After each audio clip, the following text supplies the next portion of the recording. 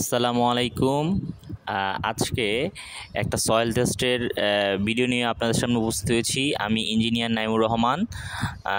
তো এই ভিডিওতে আমি কিভাবে সয়েল টেস্ট করে বা কেন করা হয়, কি কি খেয়াল রাখা উচিত সেগুলো নিয়ে আলোচনা করব ইনশাল্লাহ। তো ভিডিও সম্পূর্ণ আপনারা দেখবেন, আশা করি দেখলে অবশ্যই উপকৃত হবেন। তো এখানে দেখতে পাচ্ছেন যে 3টি টেপার সাহায্যে একটা হ্যামার সেখানে ঝুলন্ত অবস্থায় ঝুলিয়ে তারপরে হচ্ছে পাইপ পিটিয়ে চিজেল আছে নিচে, সেটা দিয়ে হচ্ছে মাটি সংরক্ষণ করার কাজটা করা হবে, পানি দিয়ে নরম করা হবে যাতে হচ্ছে ভিতরে যাওয়া যায়। তো আমাদের এখানে 5 ফিট পরপর আমরা নমুনা নিব, 5 ফিট পরপর নিব, অন্তত 60 ফিট পর্যন্ত নমুনা নেওয়া উচিত। সেক্ষেত্রে পুরোপুরি সাবসয়েলের যে অবস্থা সেটা সম্পর্কে পুরোপুরি জানা যাবে। আর এই যে এখানে হ্যামারটা দেখতেছেন সেটা 63.5 কেজি আছে কিনা অবশ্যই চেক করে নেবেন। যদি চেক করার সুযোগ না থাকে তাহলে দেখবেন যে সেটাতে কোনো ক্ষয় হয়ে সেটা কমে গেছে কিনা অথবা বাড়তি আছে কিনা। আর এটা হচ্ছে যখন ড্রপ করা হবে উপর থেকে, ড্রপটা 30 ইঞ্চি উচ্চতা থেকে ড্রপ করতে হবে। যদি বেশি বা কম হয় সেক্ষেত্রে মাটির যে অক্ষত অবস্থা সেটা থাকবে না, সুরক্ষিত থাকবে না, সেক্ষেত্রে আমার ভালো রেজাল্ট আসবে না।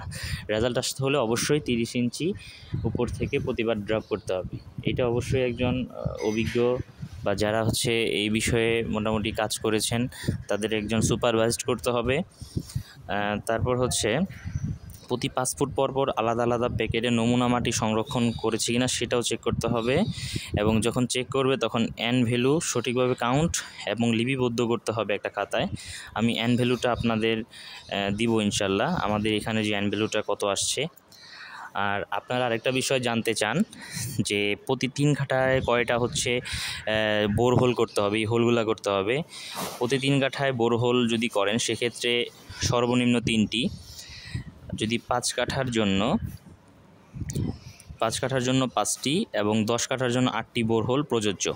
অবশ্যই এটা খেয়াল করবেন, এর থেকে কম নিলে সেক্ষেত্রে আমার সম্পূর্ণ আসলে পুরোপুরি মাটি সম্পর্কে ধারণা পাওয়া যাবে না। সেক্ষেত্রে কোথাও একটু কর্দমাক্ত বা বেয়ারিং ক্যাপাসিটি যদি কম থাকে সেক্ষেত্রে একটা দুর্ঘটনা হতে পারে।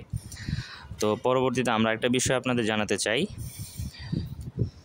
যে আপনারা এই সয়েল টেস্ট ছাড়া যেগুলো লাইট স্ট্রাকচার, মূলত 2 তালা নিচে বা 1 তালা 2 তালায়, সেগুলোর ক্ষেত্রে প্রকৌশলীরা একটু ছাড় দেন, কিন্তু 2 তালার উপর যেগুলো হেভি থাকবে, হেভি কনস্ট্রাকশন, সেখানে অবশ্যই সয়েল টেস্ট করবেন।